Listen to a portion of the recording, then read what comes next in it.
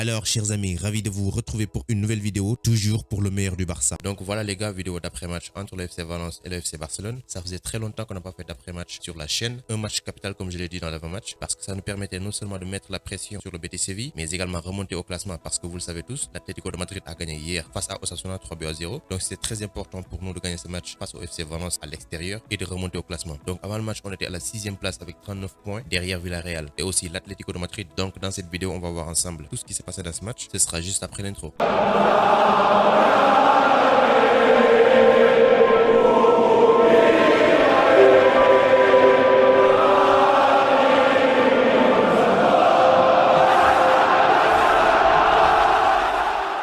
Alors comme je l'ai dit, c'était un match capital pour le Barça. Il fallait absolument gagner et remonter au classement. Surtout après 2 nuls consécutifs face à l'Espagnol Barcelone et face à Naples en Europa League. Donc on s'est déplacé à Mestalla avec quelques absences, notamment en défense. Piqué suspendu, mais heureusement Araujo est revenu. Donc on va commencer avec le 11 du Barça. Dans les buts sans surprise, Ter Stegen en défense centrale, Garcia, Araujo. Comme latéraux, on a Dest à droite, Jordi Alba à gauche. Alves n'est pas là parce qu'il est suspendu. Au milieu de terrain, pas de Pedri González. Donc on a Frenkie de Jong, Sergio Busquets, Pablo Gavi. En attaque, pas de Traoré. On a Ousmane Dembélé à droite, Ferran Torres à gauche et Aubameyang en 9. Côté Valence également, il y a quelques absences comme Jasper Silesen, mais Mokhtar Diakabi, José Luis Gaya, Dimitri Foulquier, Bryan Gil, Ilieich Moriba, Carlos Soler, Gonzalo Guedes et l'autre attaquant Hugo Duro sont tous présents. Donc par rapport à l'équipe qui a joué face au Deportivo Alavés, il y a 6 joueurs qui ne sont pas là aujourd'hui. Côté Barcelone, on a 5 changements par rapport à l'équipe qui a joué face à Naples en Europa League. Il y a Araujo qui revient, Dest qui revient, Busquets, Gavi et Ousmane Dembélé dans le 11 de départ. Alors dès les premières minutes, on savait qu'on aura un match très passionnant parce que Valence est une équipe joueuse. Le Barça attaque dès les premières minutes dans tous ces matchs maintenant depuis l'arrivée de Xavi. Et c'était le cas aujourd'hui. Après une menace du FC Valence par le biais de Bryan Gil, le Barça est resté pendant des minutes dans la surface du FC Valence pour essayer de mettre la pression et essayer de marquer le premier but. Mais c'était très compliqué parce que Valence jouait en 4-4-2 et automatiquement quand ils avaient le ballon, ils partaient en contre. Donc face à une équipe comme ça, c'est très difficile de mettre en place le jeu que l'on souhaite parce qu'il n'y a pas d'espace pour ça. Aussi quand le Barça avait la balle, le FC Valence se replie très vite en 4-2-3-1 et se mettre dans une position défensive. Donc dans les 15 premières minutes, on a beaucoup insisté sur le côté gauche avec Ferran Torres qui était justement de retour à la maison, mais ça ne marchait pas tout simplement.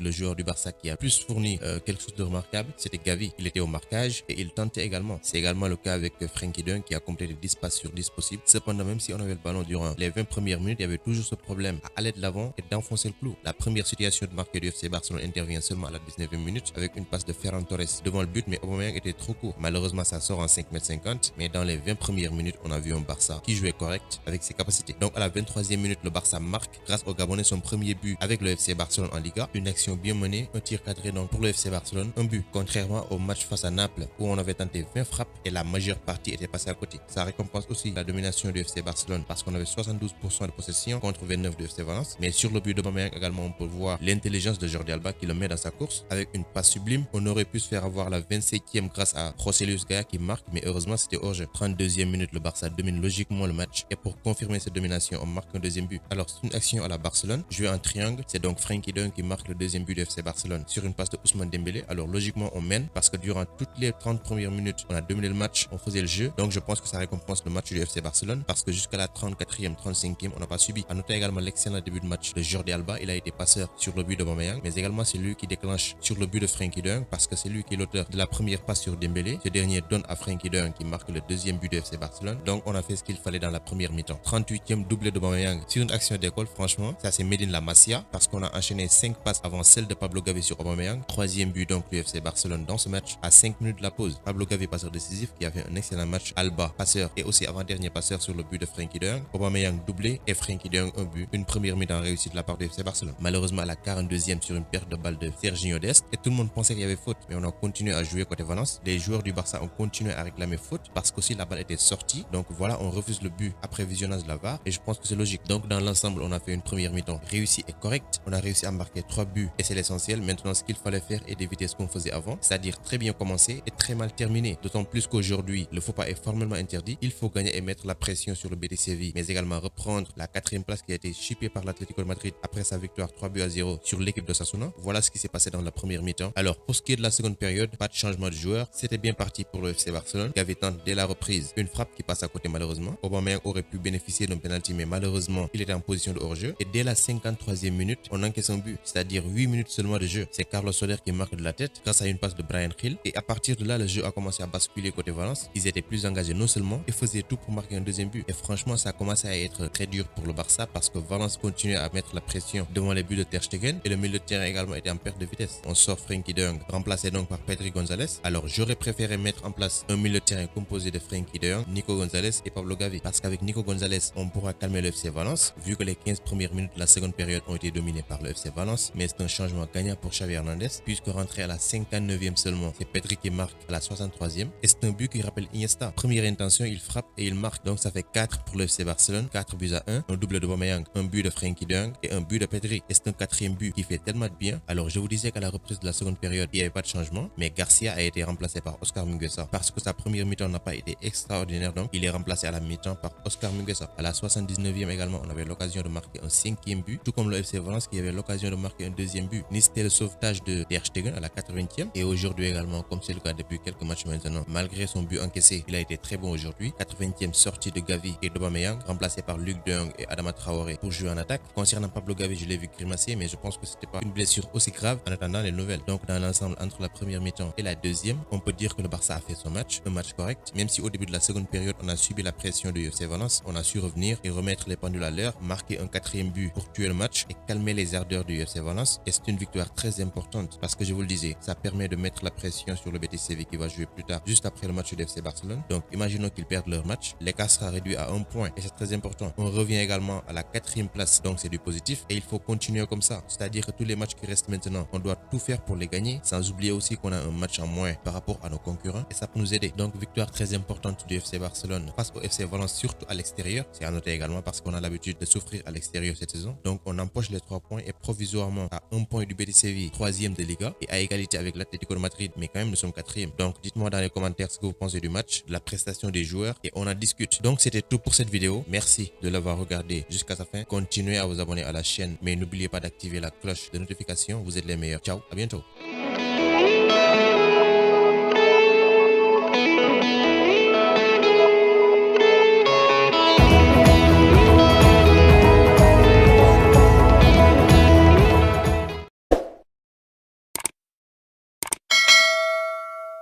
Vous êtes nouveau sur la chaîne, abonnez-vous, activez la cloche. Ça peut se faire en moins de 30 secondes. C'est gratuit et pour élargir la communauté, partagez la vidéo s'il vous plaît.